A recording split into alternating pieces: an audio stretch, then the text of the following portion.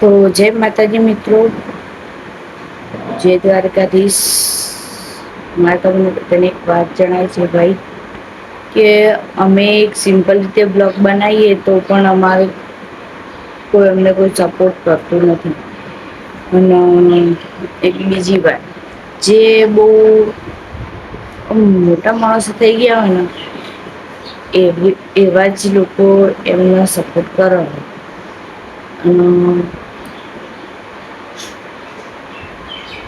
એવી રીતે વસ્તી બધી એમને સપોર્ટ કરતી રહે, મતલબ કે આપણને કોઈ સપોર્ટ જ કરતું નહી. કે યુટ્યુબ એ લોકોને બધાને સપોર્ટ કરે.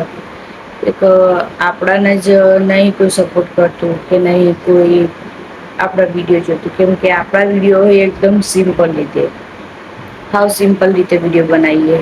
અને અત્યારની પબ્લિક એવી હોય ને હાવ, કે જેમને હાવ ખરાબ વસ્તુ જોવું ગમે.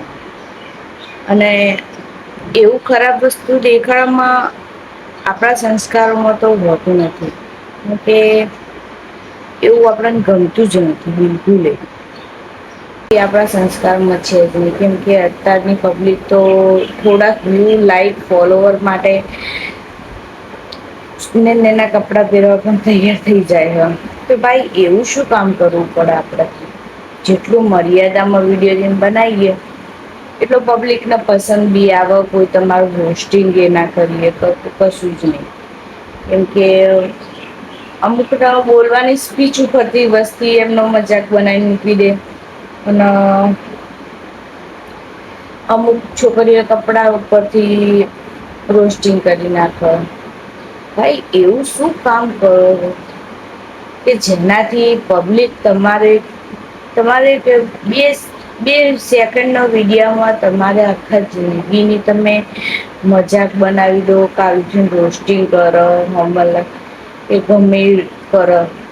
તમારા ઘરના બી જોતા હોય, આજુબાજુ વાળા બી જોતા હોય કે જો આના વિડીયોને રોસ્ટિંગ કર્યું. કેમ કે એવું આપડે કરવું પડે ભાઈ. કેમ કે આપણા મા બાપે આપણને સંસ્કાર હારા જ આપ્યા. એ કારણથી આપડે હે ને સંસ્કારમાં અને મર્યાદામાં રહીને આપણે વિડીયો બનાવીએ છીએ.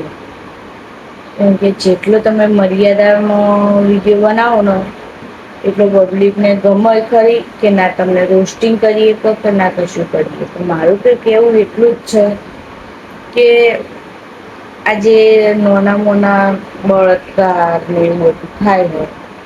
શા માટે થાય છે? કેમ કે આપણે એક મર્યાદાના કપડાં પહેરીને નીકળીએ તો આપણી સામે કોઈ ઊંચી વખ ના કરી શકે. જેટલું આપડ અને શરીરનું ઢકેલું હોય તો એટલું સારું. હું તો એટલું જ કહું કે થોડાક વ્યૂ ને થોડાક લાઈક હારું તમે તમારું શરીર ના દેખાડી દો. કેમકે અત્યારની પબ્લિક જે પેલાના માણસો હતા ને એવા અત્યારના માણસો નહીં. અત્યારે બધા એક બેભાન ને રાક્ષસ થઈ ગયા. ક્યારે એમની ભૂખ મટે, ક્યારે એમને પેલું થાય. અત્યારે નાની-નાની છોકરીઓને પણ નહીં છોડતા. અત્યારે કોઈ પણ જગ્યાએ જાઓ ને તો બળાત્કાર થાય, રેપ કેસ થાય. 6 વર્ષની છોકરી, 7 વર્ષની છોકરી. ત્યારે ભાઈ આ શું છે? આ શું કેમ કે એક જાતની હેવાનિયત કહેવાય. આ કોઈ આપણા લેવલમાં આવતું જ નથી. હું તો એટલું જ કહું કે જેટલું સારી રીતે બનાવો ને સામાજિક વિડીયો કોઈને ગાયોને ધર્મ કરતા વિડીયો બનાવો. કે તમે કોઈ જીવજંતુને ખાવાનું આપતો વિડીયો બનાવો. કે કોઈ માછલીઓને તમે લોટ ખવડાવતો વિડીયો બનાવો.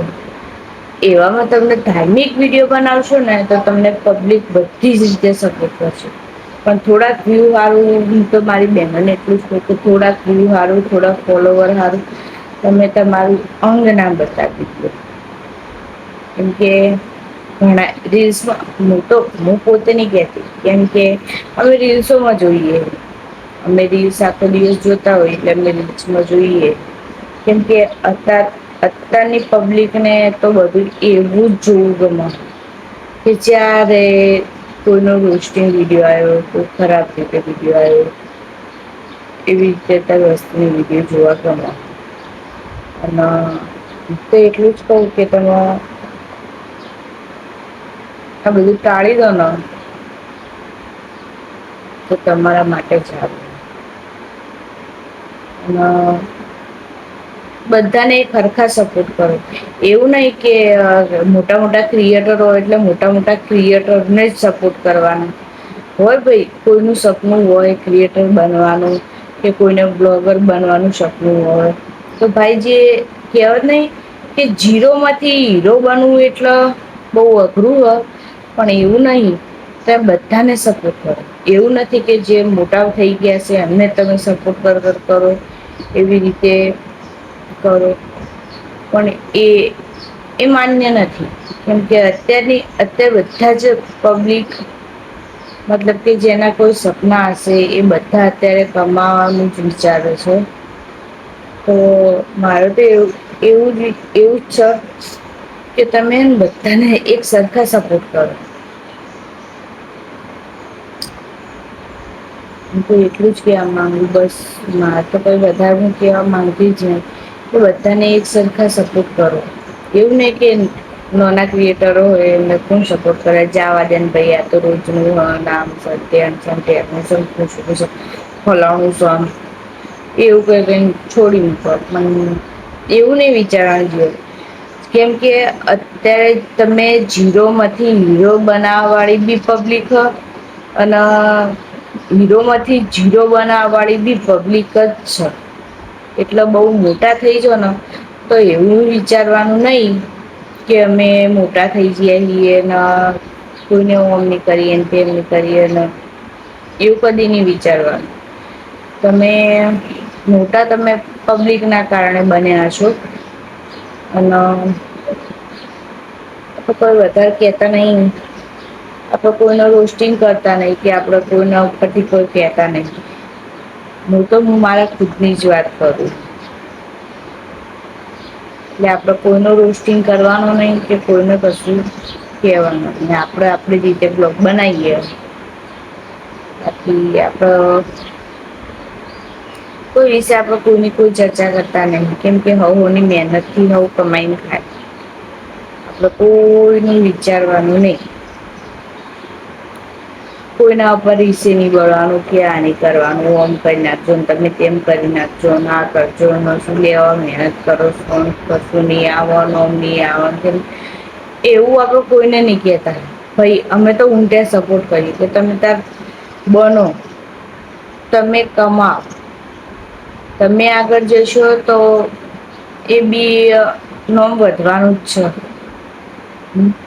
એ નોમ વધવાનું જ છે પણ કોઈ ચડતું હોય સીડીઓ પર તો એના પગ ના ખેંચાય કેમ કે એને બી એક સપનું હશે કે હું સીડીઓ ચડું અને આસમાનને અડું એ બી એનું સપનું હોય એટલે કોઈ ચડતું હોય ને તમે ચડી ગયા હોય બરાબર હવે તમે આસમાનને અડી ગયા બરાબર હવે એ બી માણસ ને અંદર થી એમ થતું હશે કે લાઈને ભાઈ હું બી સીડીઓ ચડું કાલ હું બી આસમાને પહોંચી જાય તો ભાઈ ચડતા માણસ ને આસમાને અડવા દેવાય કેમકે એનું બી એક સપનું જ છે પણ તમે ચડતું જે માણસ સીડીઓ પર ચડતું ને એનો તમે પગ ખેંચો ને એટલે એમ જ કે આમાં જ હોય તો પારકા તો કોઈ પગ ખેંચવા વાળા હોય નહી કેમ કે આપડી પથારી એ આપણા માણસોને જ ખબર હોય બાકી બાર ના તો શું ખબર હોય કે આપડી પથારી ક્યાં હ એ આપડા જ હોય તો બીજું ના હોય એટલે દરેકને દુઃખતી નસતો હોય જ ના હોય એવું નહી દરેકને દુઃખતી નસતો હોય જ એ જીવનમાં વિચારી દેવા કેમ કે થોડાક દિવસો માટે તમેને રાખો ફેરો બધું કરો પછી ખરા ટાઈમ થ આપણાથી નહી હું તો એટલું જ કઉ કે સપોર્ટ કરો. સપોર્ટ ના થાય તો બાકી જોયા કરો પણ કોઈને પગ ખેંચવાનું કે કોઈને આ તે કરવાનું કોઈને કહેશો નહી. મારો બ્લોગ જો બોરિંગ લાગતો હોય તો ના જોતા કેમ કે આપડે તો જો આપડે તો હાચું હોય એ જ બોલી દેવું હોય. આગળ પાછળથી વાતો કરતા કે કોઈની નંદ્યાઓ કરતા એ આપણને આવડતું નહી કેમ કે ગીતાઓમાં અમુક લખણો છે કે કોઈના પીઠ પાછળથી કોઈની વાતો કરવી એટલે એ નિર્મળ થાય અને તમે એના પાપ તમારા જ માથે લઈ લો એટલે એ તો નિર્મળ જ થવાનું. એવું આપણને આવડતું નહી. તો જય માતાજી જય દ્વારકાધીશ. આપણો બ્લોગ ગમ્યો હોય તો આપણી ચેનલને લાઈક શેર અને સબસ્ક્રાઈબ કરજો. અને મિત્રો જેમ બને એમ સપોર્ટ કરજો. તો જય માતાજી આટલો આપણો બ્લોગ પૂરો થાય છે.